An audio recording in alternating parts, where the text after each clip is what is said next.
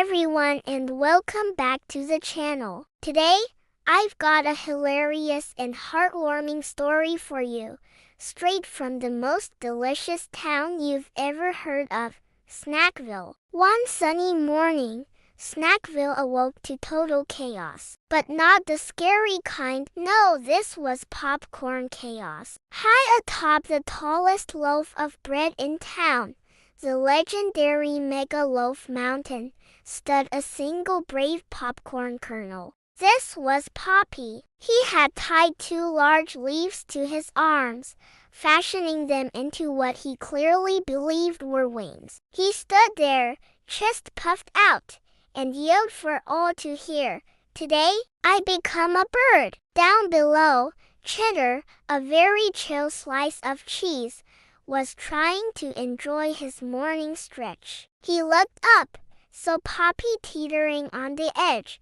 and let out a long, cheesy sigh. "Poppi, listen to me," he called out. "You can't even glide. You're basically just a crunchy cloud with dreams. It's not going to happen." But Poppi wasn't listening. He was far too busy with his pre-flight stretches, which, if we're being honest, mostly just looked like him wiggling side to side. It was a very dedicated wiggle though. You had to give him that. As the commotion grew, all the residents of Snackville started to gather at the base of Mega Loaf Mountain. The berry bunch was huddled together, whispering amongst themselves, "He's going to drop like a sack of potatoes."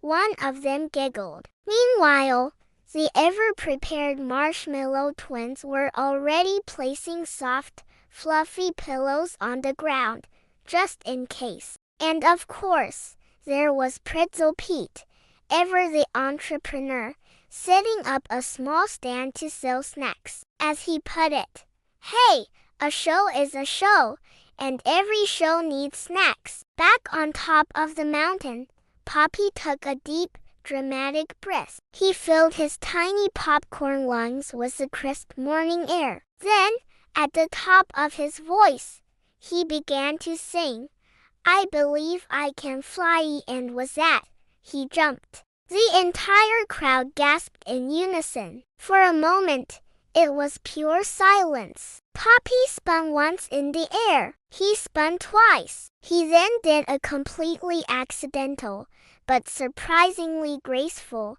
mid-air cartwheel. It was almost majestic. And then, bonk! He landed directly on Cheddar's head. Cheddar staggered, his legs wobbling. "Bro," he groaned, his voice muffled by the popcorn on his face. "Your dreams are surprisingly heavy." For a second, Snackville was stunned. Then, a small giggle erupted, followed by another, and soon, the entire town burst into laughter. Poppi sat up proudly on top of Cheddar's head, completely unfazed. He looked down at the crowd and announced, "Did you see that landing? I stuck it perfectly." The crowd just stared back, their laughter dying down into confused silence. Tuffy the Tattertot, never one to hold back, shouted, "You landed on Cheddar." Poppi just shrugged his leafy wings. "Hey, a landing is a landing." You really couldn't argue with that logic. Later that day, after Cheddar recovered from his popcorn-induced headache, everyone in Snackville decided to help Poppi. They came up with a much safer flying plan. Their brilliant idea was to tie him to a large party balloon. And so they did. Poppi floated gracefully for about 2 inches off the ground. Then a gentle breeze pushed him sideways, and he got hopelessly stuck on the branch of a nearby tree. The marshmallow twins had to climb up and carefully pull him down, which took a good 20 minutes. But as the sun began to set over Snackville, casting a warm, golden glow over everything, all the snacks came to an agreement. Poppi may never actually fly. He might not soar through the skies like a bird or glide on the wind. But one thing was for sure. He was, without a doubt, the official town entertainment. And honestly, Snackville wouldn't have it any other way. What a great story, right? It just goes to show you that even if your dreams don't work out exactly as planned, you can still bring a lot of joy to the people around you. Thanks so much for watching, everyone. If you enjoyed this story from Snackville, make sure to hit that like button and subscribe for more. See you in the next video.